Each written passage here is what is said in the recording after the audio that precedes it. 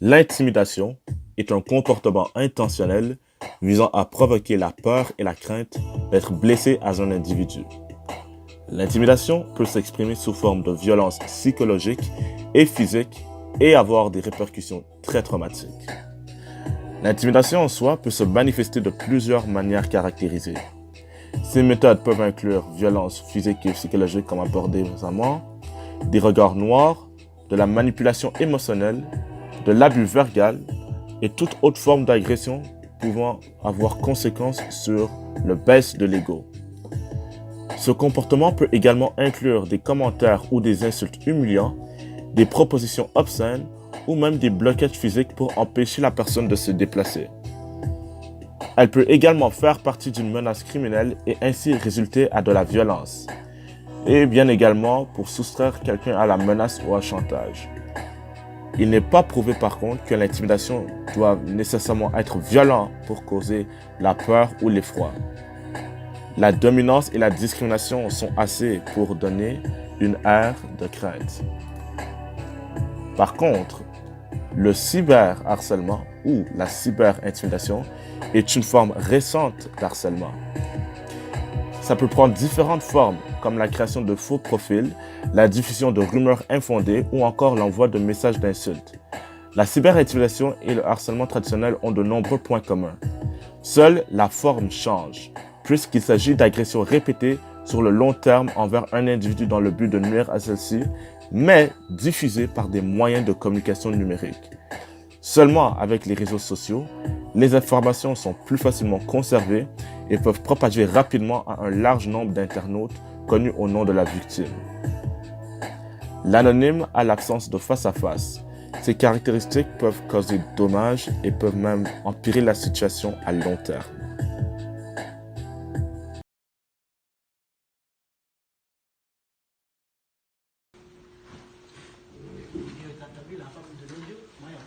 Enfin, tu parles, t'inquiète, t'as vu le mon ami. Ouais, allez, actually. Yo, tiens, reviens ici.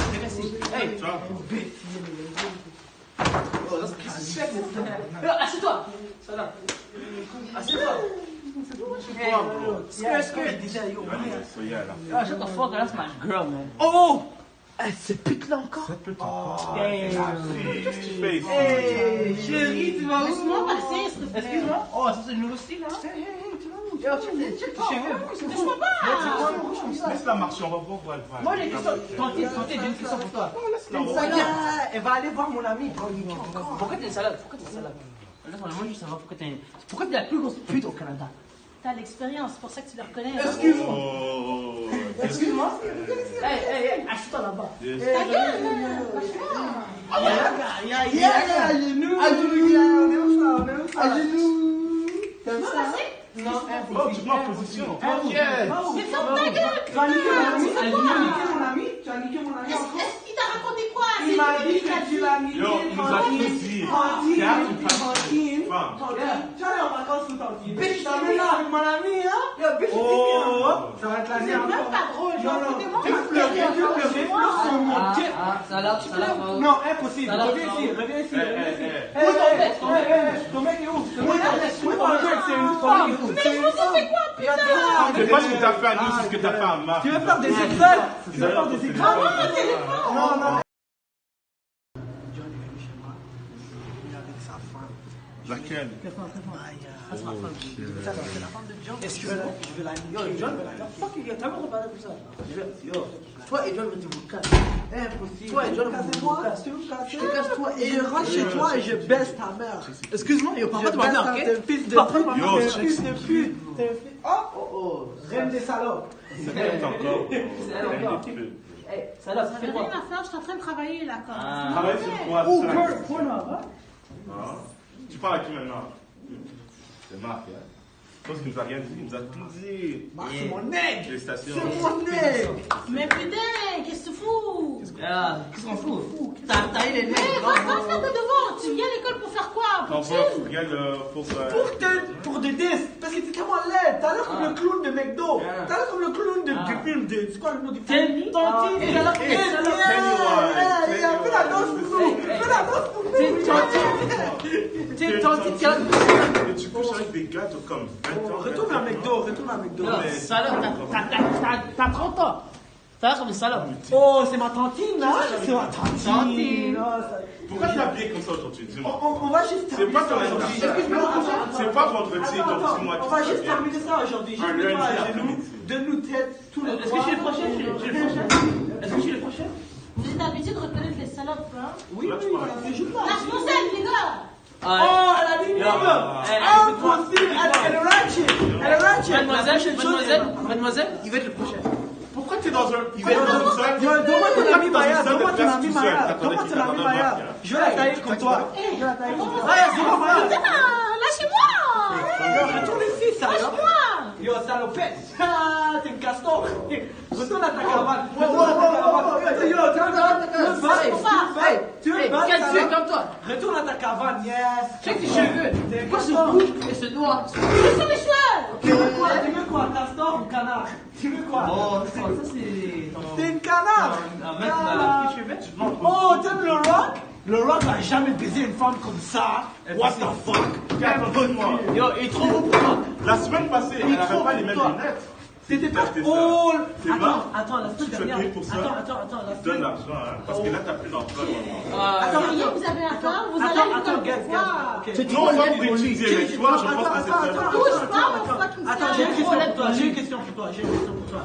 Est-ce que t'as taillé mon ami Khalf? Impossible que t'as taillé mon ami. Ça, c'est le salaud. Oh, Khalil. Yo, t'es une vraie salope. T'es une vraie salope. Yo, Yaga. Oh, tu veux battre? Yeah. Yeah, ça que je vais tuer. Moi, je me T'aimes fais. ça? T'aimes Qu'est-ce que tu vas faire? T'aimes ça, tu vas tirer sur tes Tu vas aller voir Marc? Tiens, Yaga. T'aimes ça? C'est ça quelqu'un qui a trouvé le femme. Il a plus besoin de toi. Lâche-moi ça, putain! Il n'a plus besoin de toi. Oh non, Marc! Il a plus Pauvre besoin de Marc, toi. tu vas chez Marc, c'est ça. Il n'a plus besoin de toi. C'est comme une tantine, man. Bien moi, So, on s'en parle. Regarde.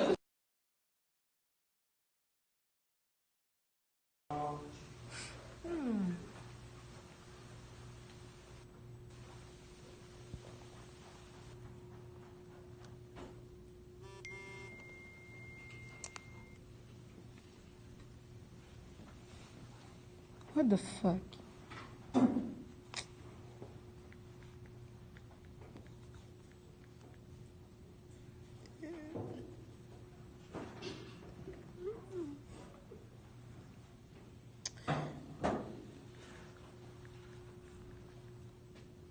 Comment j'ai faim?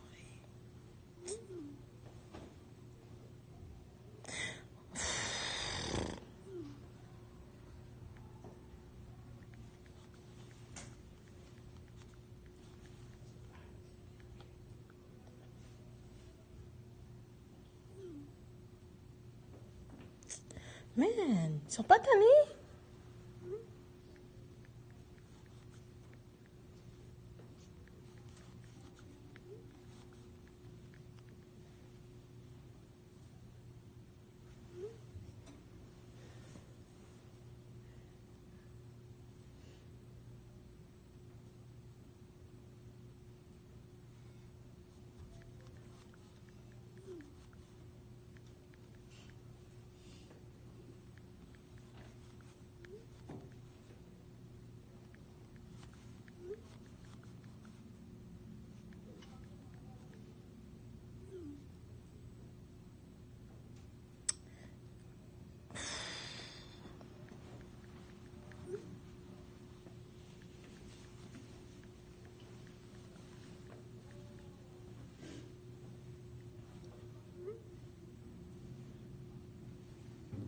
Mais putain, j'ai fucking rien fait.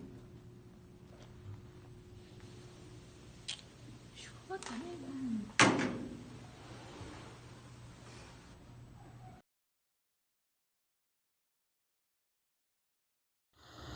Les personnes victimes d'intimidation et ou de cyberintimidation peuvent vivre plusieurs conséquences. En effet, ils peuvent avoir une perte d'estime de soi, un accroissement de l'isolement et de la solitude. Ils peuvent avoir des attaques de panique, se sentir vulnérables, coupables, exclus, impuissants, trahis ou même isolés. Ils peuvent ressentir de la colère, de la trahison, de la peur ou de la frustration, du doute ou même une soif de vengeance. Ils peuvent ressentir une perte d'intimité, une atteinte à la vie privée ou à la réputation. Ils peuvent aussi perdre confiance en eux, se sentir moins en sécurité, avoir des difficultés sociales et relationnelles, avoir de la difficulté à reconnaître leur agresseur et à se défendre, avoir une humeur variable, même afficher un air triste, déprimé, malheureux ou même fermé. Ils peuvent présenter des indices d'anxiété, de solitude, d'isolement et de repli sur soi. Une perte d'appétit. Ils peuvent avoir des perturbations du sommeil, arriver en retard à l'école, s'absenter ou même abandonner l'école, avoir des idées suicidaires ou présenter des comportements violents, perdre des amis, etc. Ces victimes vivent plusieurs conséquences et plusieurs autres qui n'ont pas été nommées.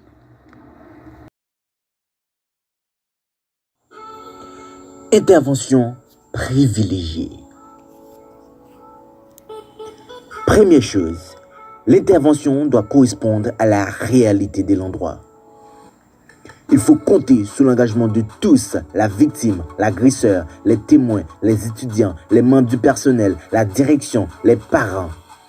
Il faut viser une compréhension commune et partagée. Il faut proposer des actions proactives, à la fois éducatives et coercitives, adaptées au niveau de développement de chacun.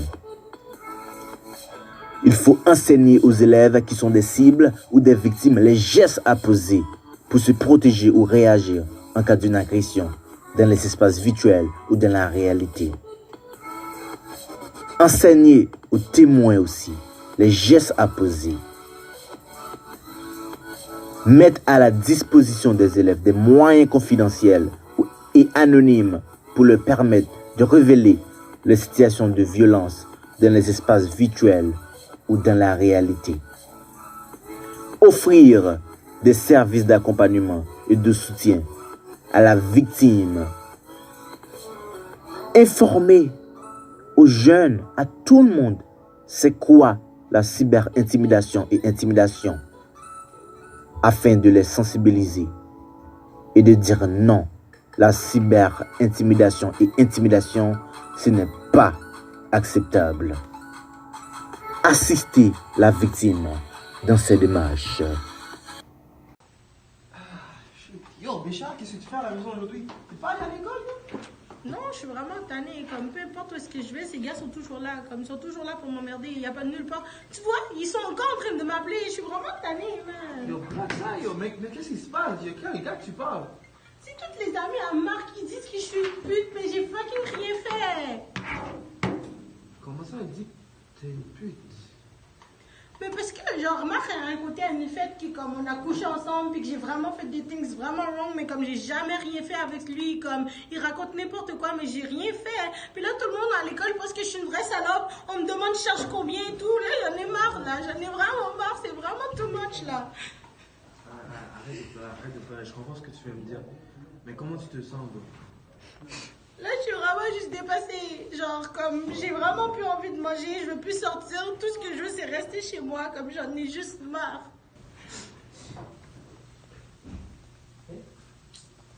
Yo, Batch, man. La façon que tu me parles, c'est comme si tu as besoin d'aide, man. Tu sais, comme il y a les ressources, il y a comme des personnes qui peuvent t'aider, man. Va m'aider à quoi? On peut faire des recherches, yo. On peut aller sur Internet. Je peux même aller dans ton école. Je peux aller mobiliser les gens là. À l'école? Honnêtement, j'en ai déjà parlé à les profs, ils s'en foutent, ils sont comme whatever, ben t'as juste qu'à leur parler, comme ils s'en foutent complètement. À l'école, peu importe où est-ce que je m'en vais, on dirait que le monde est comme, ouais mais c'est ton problème. Il n'y a personne qui est là pour m'aider, il n'y a personne qui peut m'aider.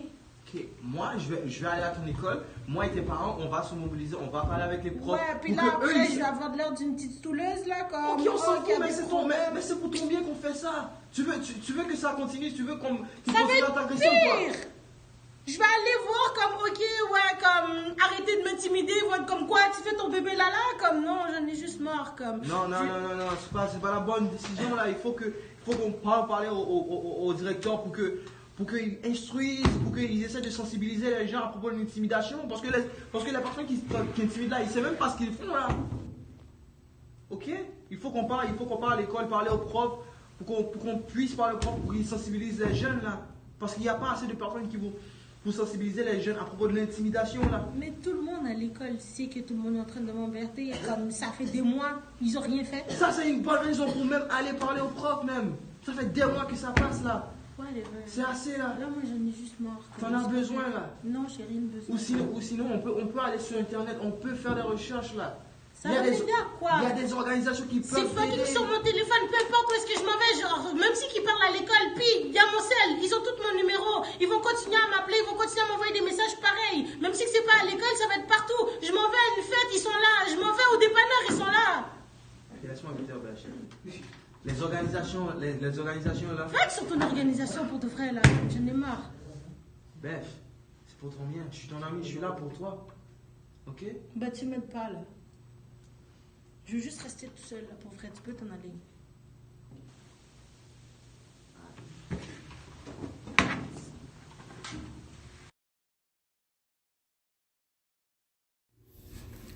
Quels sont les besoins des personnes qui vivent l'intimidation et la cyberintimidation?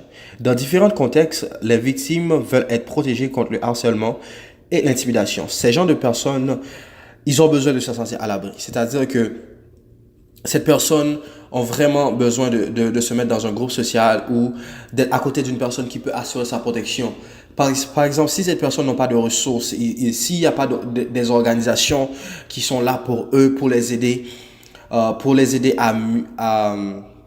comme à se sentir mieux, à se sentir protégés, à se sentir comme s'ils sont à l'abri, cette personne va toujours avoir la crainte, cette personne va toujours avoir le souci qu'ils vont toujours se faire intimider, vous voyez. Ces gens de personnes-là, ils ont vraiment, vraiment besoin de se sentir protégés. Et ensuite, les victimes ont besoin d'être entendues. Les victimes ont besoin d'être accueillies dans leur souffrance, dans leur douleur, leur mal-être, de ce qu'elles ressentent. Ces personnes ont besoin de se faire écouter. Ils ont besoin d'avoir une personne à côté de eux qui peut leur comprendre dans l'événement qui arrive dans leur vie et comment ça affecte leurs proches qui sont à côté d'eux. Ils ont besoin comme d'une personne qui peut montrer de l'empathie envers eux, spécialement. Et par exemple, si cette personne n'a pas comme des personnes qui peuvent entendre, ils n'ont pas comme, par exemple, dans les écoles, il n'y a pas des professeurs qui sont là pour eux, dans les organismes, ils n'ont pas des intervenants qui sont là pour eux. Comment ces genres de personnes vont arriver dans leur vie? Comment cette personne vont arriver comme à surmonter cette étape? Ces gens de personnes ont vraiment besoin de quelqu'un. Ils ont vraiment besoin de quelqu'un de confiance à qui se confier, qui peut leur entendre. Et ensuite, nous avons le besoin d'information. Après un crime ou une agression, les victimes sont aux prises de multiples décisions ou confrontées à des choix qui ne sont pas toujours faciles. S'ils sont mieux informés, elles se sentent moins désemparées. C'est-à-dire que si ces gens de personnes-là, ils ont plus d'informations, ils sont plus sensibilisés par rapport à l'intimidation, ces personnes seront mieux coiffées, ils se sentiraient mieux préparés à l'avenir si ils ont encore comme ils auront fait face à l'intimidation. Ces personnes-là, ils ont vraiment besoin d'avoir beaucoup d'informations. Parce que si ces gens de personnes n'ont pas d'informations, comment ils vont faire? Comment ils vont faire comme, par exemple, demain, là, il se fait encore intimider. Comment ils vont faire comme, par exemple, s'il n'y a pas comme une personne qui peut leur donner des informations, qui peut leur dire, oh, voici quoi faire, voici à qui parler, voici les organisations où vous pouvez y aller pour demander de l'aide. Ces personnes ont vraiment besoin de l'information pour aller de l'avant. Et avant de finir, nous avons le besoin d'être traités avec dignité.